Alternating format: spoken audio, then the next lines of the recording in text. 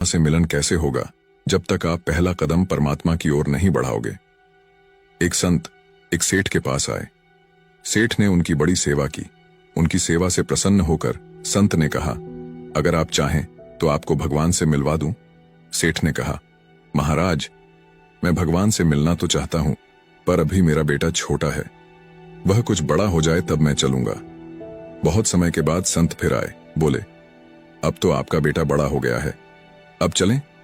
सेठ महाराज, उसकी सगाई हो गई है, उसका विवाह जाता, घर में बहू आ जाती, तब मैं चल पड़ता। संत 3 साल बाद फिर आए।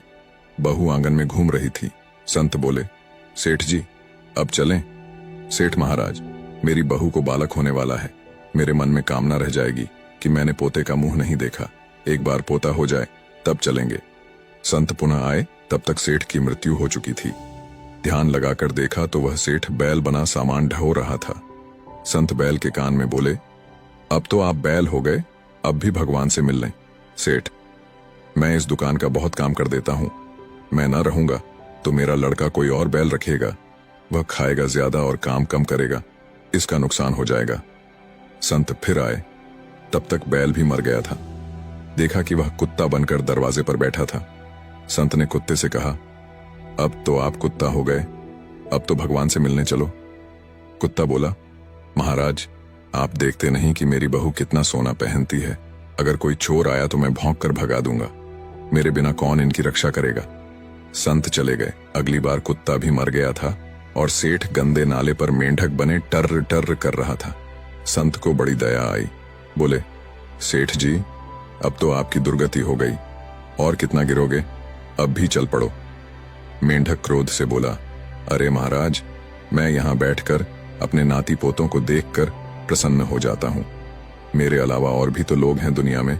आपको मैं ही मिला हूं भगवान से मिलवाने के लिए। जाओ महाराज, किसी और को ले जाओ, मुझे माफ करो।